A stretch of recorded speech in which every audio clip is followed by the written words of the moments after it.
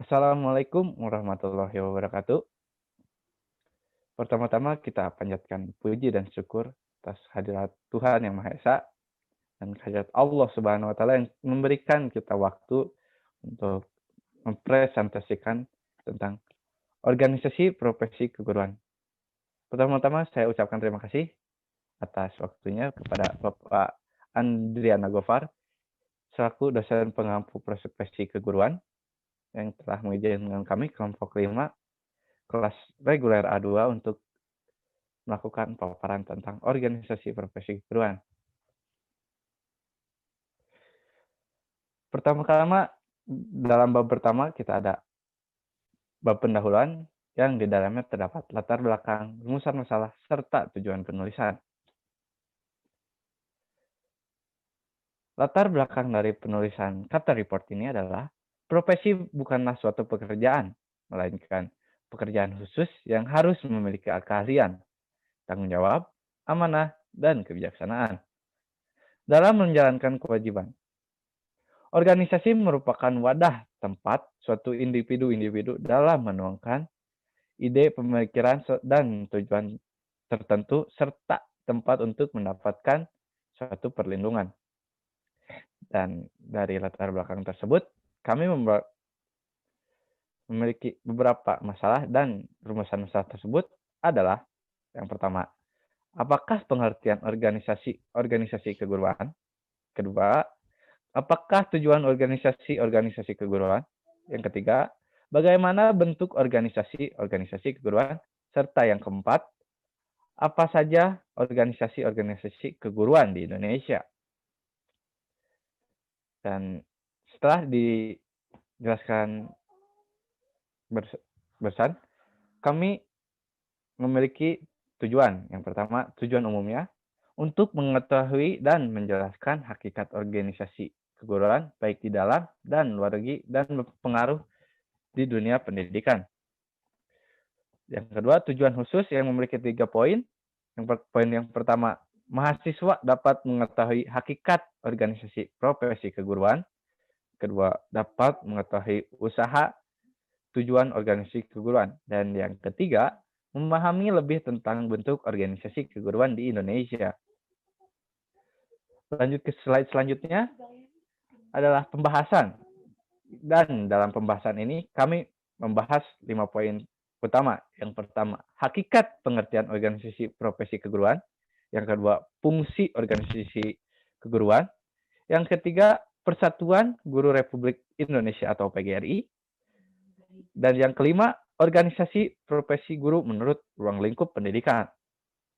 Dan di slide selanjutnya, izinkan rekan saya menjelaskan, yaitu rekan Hasna, silahkan. Baik Ilham, terima kasih. Saya akan melanjutkan penjelasan dari yang tadi. Masuk ke dalam poin yang pertama, yaitu hakikat pengertian organisasi profesi keguruan. Nah, kata organisasi sendiri berasal dari kata organon, yang artinya sekumpulan individu-individu yang memiliki tujuan yang sama. Sedangkan kata profesi berasal dari kata profesus, yang artinya keahlian atau kemampuan di suatu bidang, dan guru adalah suatu profesi atau jabatan yang menuntutkan keahlian seseorang untuk mengajarkan ilmu di bidang pendidikan. Organisasi sendiri, menurut para ahli, seperti Stoner, menyebutkan bahwa organisasi adalah suatu hubungan yang melalui orang-orang di bawah pengarahan manajer dalam mencapai tujuan bersama. Menurut James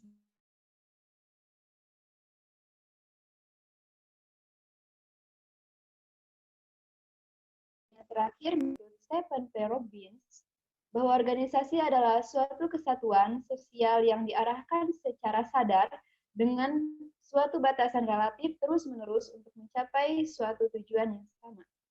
Nah, kita dapat menyimpulkan dari penyampaian para ahli tadi bahwasannya organisasi adalah suatu perkumpulan individu-individu yang memiliki tujuan yang sama. Tujuan organisasi profesi keguruan sendiri yaitu untuk meningkatkan kualitas, profesionalisme, dan mutu dalam layanan pendidikan, serta mengawasi dan menindak tegas oknum guru yang menyalahgunakan jabatannya dan yang melanggar sistem regulasi yang telah ditentukan organisasi dengan hukuman berat yaitu dipecat. Lanjut ke poin yang kedua.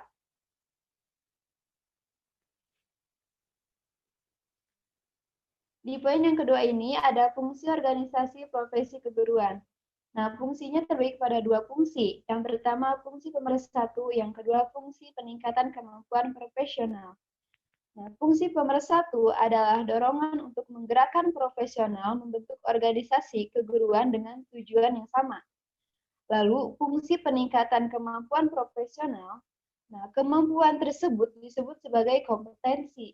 Menurut Johnson, kompetensi dibagi menjadi 6 bagian. Yang pertama, performance component, selanjutnya subject component, selanjutnya professional component, selanjutnya proses component, selanjutnya adjustment component, dan yang terakhir attitude component. Nah, dari komponen-komponen ini melahirkan dua jenis program pembelajaran. Yang pertama program terstruktur, yang kedua program tidak terstruktur. Apa itu program terstruktur? Yaitu program yang dijalankan sesuai yang telah direncanakan. Nah, sedangkan program tidak terstruktur itu menyesuaikan waktu dan lingkungan. Nah, dapat diambil garis besarnya secara umum, fungsi organisasi profesi keguruan itu sebagai wadah aspirasi pemikiran dan berbagi pendapat secara terbuka dan melindungi anggotanya, tetapi juga berupaya meningkatkan dan mengembangkan karir kompetensi profesional dan kesejahteraan anggotanya. Lanjut pada poin yang ketiga. Di sini ada bentuk-bentuk organisasi profesi keguruan. Secara umum, bentuk-bentuk organisasi ini terbagi pada 4 bagian. Yang pertama, union. Di antaranya ada PGRI, Japan Teachers Union. Selanjutnya, ada federation. Di antaranya All India Primary Teachers Federation dan Bangladesh Teachers Federation.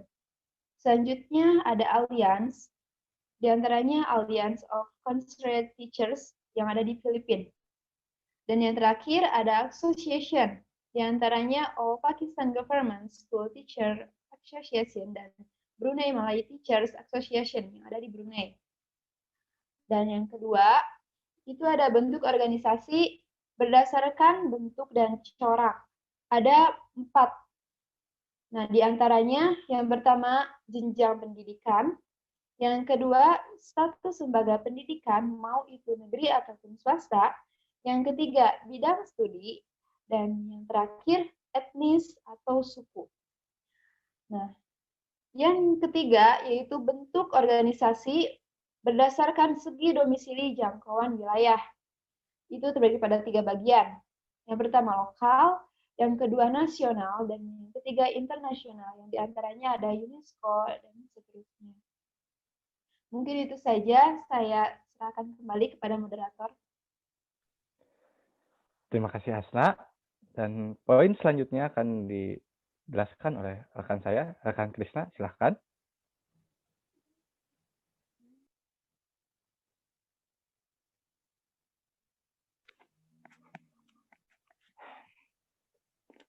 Dalam poin ini saya akan menjelaskan tentang Persatuan Guru Republik Indonesia atau lebih dikenal dengan PGRI. Sedikit sejarah dari PGRI. PGRI dibentuk sebagai organisasi perjuangan kaum profesi keguruan yang awalnya bernama Persatuan Guru Hindia Belanda atau PGHBI pada tahun 1921. Setelah Indonesia mendapatkan kemerdekaannya pada 17 Agustus 1945, tercetuslah sebuah kongres guru pada tanggal 23 sampai 20 November di Surakarta, yang mana dalam kongres tersebut mensahkan atau mengubah nama PGI menjadi Persatuan Guru Republik Indonesia. Anggota-anggota dalam PGRI juga mendapatkan hak berbicara, memberi gagasan, berkritik, dan dan berekspresi. Visi dari PGRI yaitu terwujudnya organisasi mandiri dan dinamis yang dicintai anggotanya, disegani dan diakui oleh masyarakat. Misi dari PGRI itu sendiri juga mewujudkan cita-cita proklamasi, mensukseskan serta memajukan pembangunan pendidikan nasional dan kesejahteraan serta kehormatan guru. Tujuan dari PGRI sendiri yaitu mewujudkan cita-cita proklamasi kemerdekaan NKRI berdasarkan Pancasila dan Undang Dasar 1945. Berperan aktif mencapai tujuan nasional, berperan mengembangkan sistem dan pelaksanaan pendidikan, menjaga serta memelihara dan membela hak dan martabat guru dalam dan ketenaga kerjaan melalui peningkatan kesejahteraan. Next.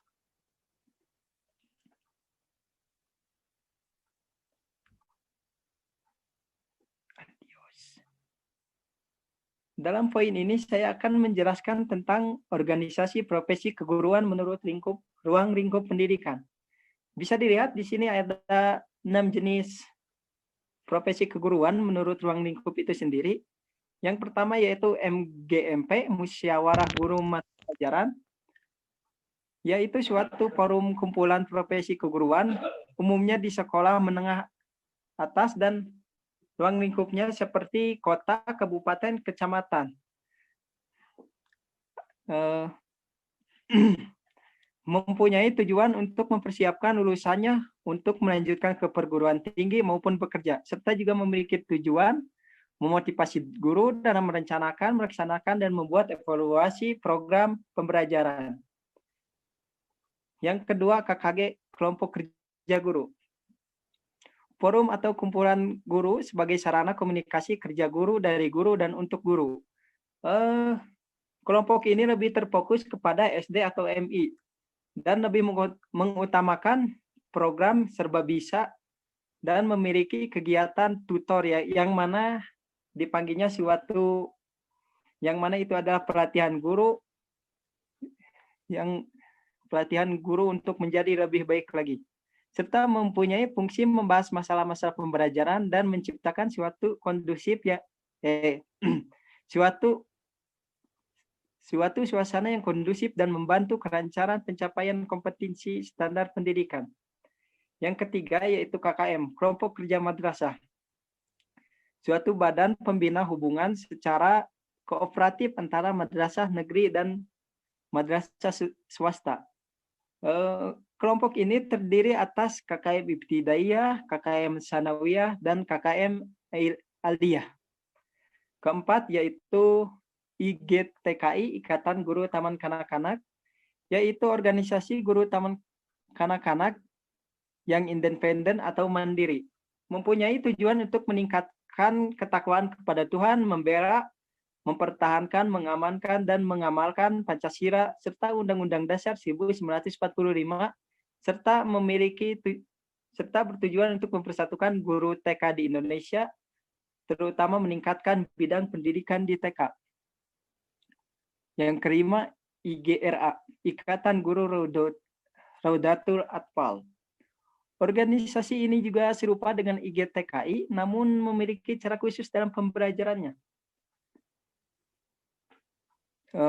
Yang terakhir yaitu HIMPAUDI, Himpunan Pendidik Anak Usia Dini,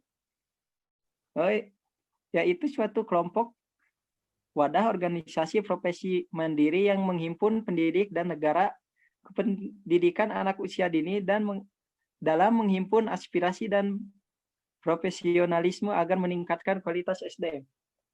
Bisa disimpulkan keenam profesi keguruan ini hampir mempunyai tujuan yang sama, yaitu meningkatkan mutu pembelajaran di Indonesia serta meningkatkan atau memotivasi guru untuk menjadi lebih baik lagi dalam proses pembelajaran kepada seluruh siswanya. Sekian dari penjelasannya saya, kembali kepada moderator.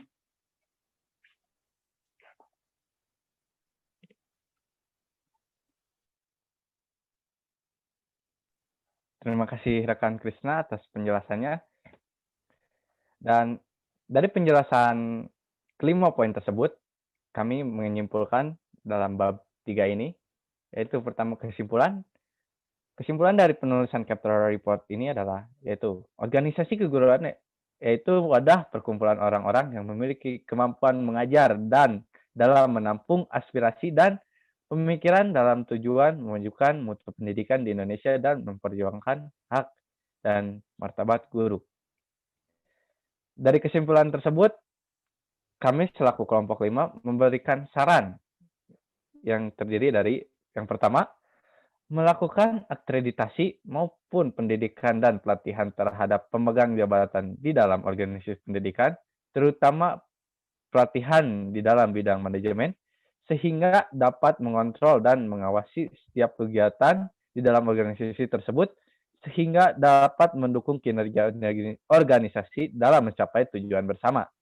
Dan saran kami yang kedua, memberikan wadah khusus terhadap guru ataupun tenaga pengajar dalam kegiatan tidak resmi seperti coffee break dan kegiatan di luar dinas sebagai wahana dalam mempererat silaturahmi dan memberikan saran satu sama lain dalam memajukan pendidikan di Indonesia. Sekian paparan dari Captol Report yang bisa kami sampaikan dari kelompok 5 kelas reguler A2. Lebih dan kurangnya mohon dimaafkan dan terima kasih lagi kepada Bapak Andriana Gofar yang telah memberikan kami kesempatan untuk mempresentasikan tentang Captol Report ini. Dan sekian dari kami. Wassalamualaikum warahmatullahi wabarakatuh.